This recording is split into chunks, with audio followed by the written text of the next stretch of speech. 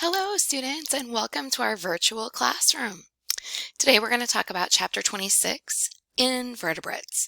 So when we look at animals, the invertebrates have no backbone.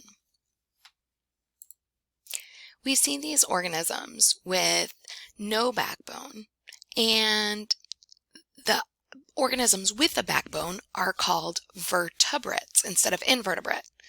The animal kingdom is broken into 10 phylums. Things like Porifera, Cnidaria, ctenophores, platyhelminthes, nematodes, annelids, mollusks, arthropods, and echinodermata are all invertebrate. There is only one classification of phylum for backbone organisms or animals called Chordata. Chordata also includes a few invertebrates, and we will talk about all of those as well. Before we talk about all of these phylum and organisms, we want to discuss the importance of animal cell structure. And so animal cells are multicellular. Our animals are multicellular. Cells lack a cell wall, and they have an extracellular matrix that supports the cell, and that's like the cytoskeleton, right? It provides anchorage, it provides locomotion and transport throughout the cell, and it also offers support. We also have special junctions that anchor or tighten a fit in the cell. And finally, we have this proteoglycan that attaches proteins and polysaccharides together that then can attach to the membrane or to the ECM itself. Polysaccharides can help resist compression. So when you're touching something or something falls on you, you're not bursting all of your cells, right? And proteins give lots of elasticity. So as we're moving, we aren't breaking open all of our cells on the surface either. Another characteristic of animals are the different feeding forms. And so animals are heterotrophic. They have to ingest food in order to be able to make energy. And the ways that they can feed are suspension feeding, where like they have little feeding filters or filter feeding. They spread little cilia or appendages and it moves water across, and then they can consume what's floating by them. They also offer a bulk feeding option, which like the bear in the picture, or like humans, we eat food. We ingest large pieces of other organisms, right? Like meat or plants, different things like that. And then there's fluid feeding, where organisms can ingest some type of fluid like sap from a plant, or like our blood, like mosquitoes use for reproduction. So speaking of reproduction, animal development and reproduction is very important in all animals, most of which reproduce sexually. The fertilization is usually internal. However, in aquatic species, it's almost always external.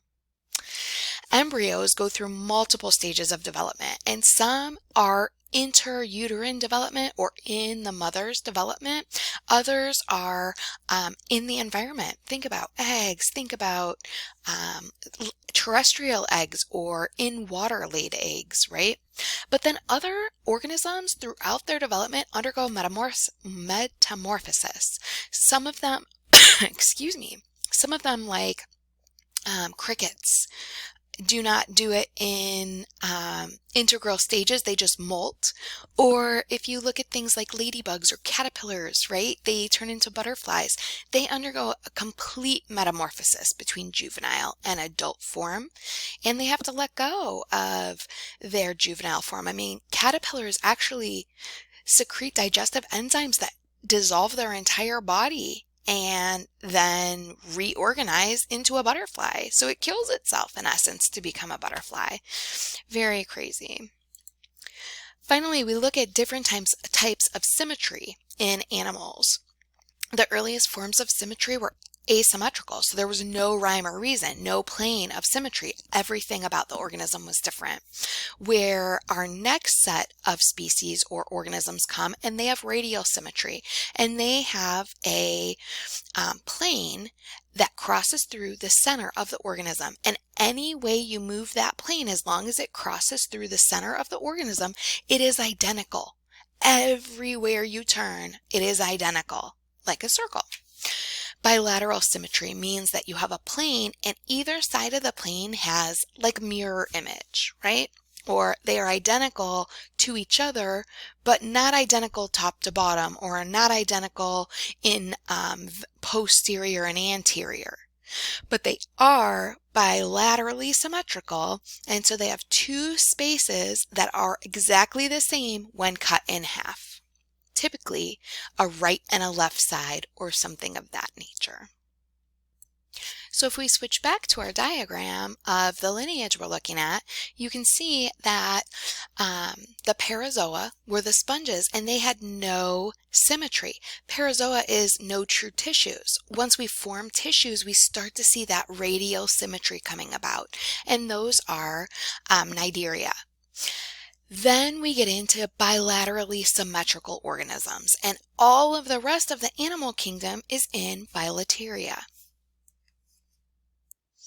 As we discussed in lecture, we believe that colonial protists aggregate together and then formed a spherical kind of preliminary organism, right? And then eventually evolved this cell differentiation where there are somatic cells and reproductive cells in one organism, if you will. So what they think happens is that infolding or invagination occurs, and then they can start to see cavities form.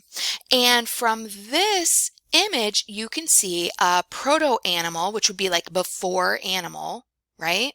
And this early form starts to have that cavity separation, like a digestive cavity. So now when we look at development embryologically, we can see a zygote, and the zygote cleaves. It undergoes these reproductive meiotic or mitotic divisions, right? And so we go in our cleavage, we go to 4, we go to 2 to 4 to 8, right? And they keep dividing and dividing. And then it becomes a blastula, which is like that hollow ball of cells, right? So we have a blastocoel, which is like the coelom is like a hollowed out cavity, right? And then gastrulation starts, and we start to see that invagination form. So now we start to see where that digestive cavity will start to develop. And so we can tell there are multiple organisms that are either diploblastic or triploblastic. And these organisms have an endoderm and ectoderm if they're diploblastic, but they also have a mesoderm if they're triploblastic. Well, you can see forming here, this blastopore is where that digestive opening is forming at the bottom. So it's going to become what we know as a protostome with 2 layers of germ cells, endoderm and ectoderm. So when we look at our germ layers, we can see that after we have fertilization of the egg by the sperm, and we get a diploid zygote. Then it goes through all this rapid succession of cell division, and we get a blastula. It invaginates and it forms a gastrula, right? And then we see that folding forms that cavity. And then there are 2 germ layers or 3 germ layers. And depending on if we have 2 or 3 germ layers, we are either diploblastic or triploblastic. So cnidarians have only the ectoderm and endoderm. They are diploblastic.